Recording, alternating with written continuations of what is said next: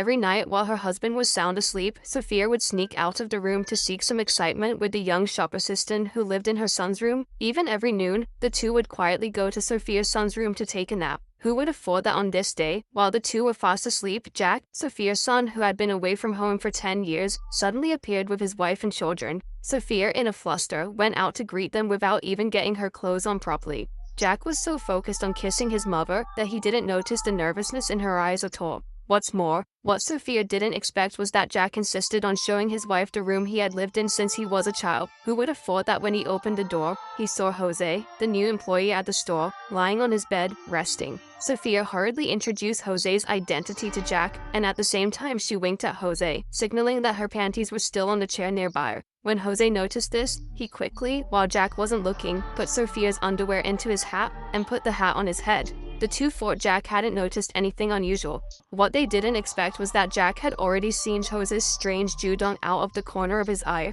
After realizing that there was something wrong between his mother and this shop assistant to test the guess in his heart, the next day, Jack organized his family and the shop employees to go for a picnic in the wild. While everyone was sitting at the table eating, Sophia suddenly found that a foot was stretching towards her from the opposite side.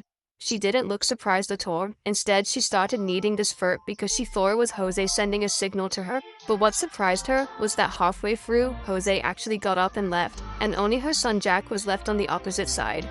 Sophia immediately understood what was going on, quickly moved the fur away and scolded Jack. Seeing his mother's reaction, Jack also confirmed the guess in his heart. After making sure that his mother and Jose were lovers, Jack was very tangled about whether to tell his father the news. After some struggle on this day, Jack decided to report his mother's infidelity over the phone. Who would have thought that after his father learned the news, he happened to see Sophia and Jose coming back from outside together. Under the double stimulation, he had a sudden heart attack and fell to the ground, motionless.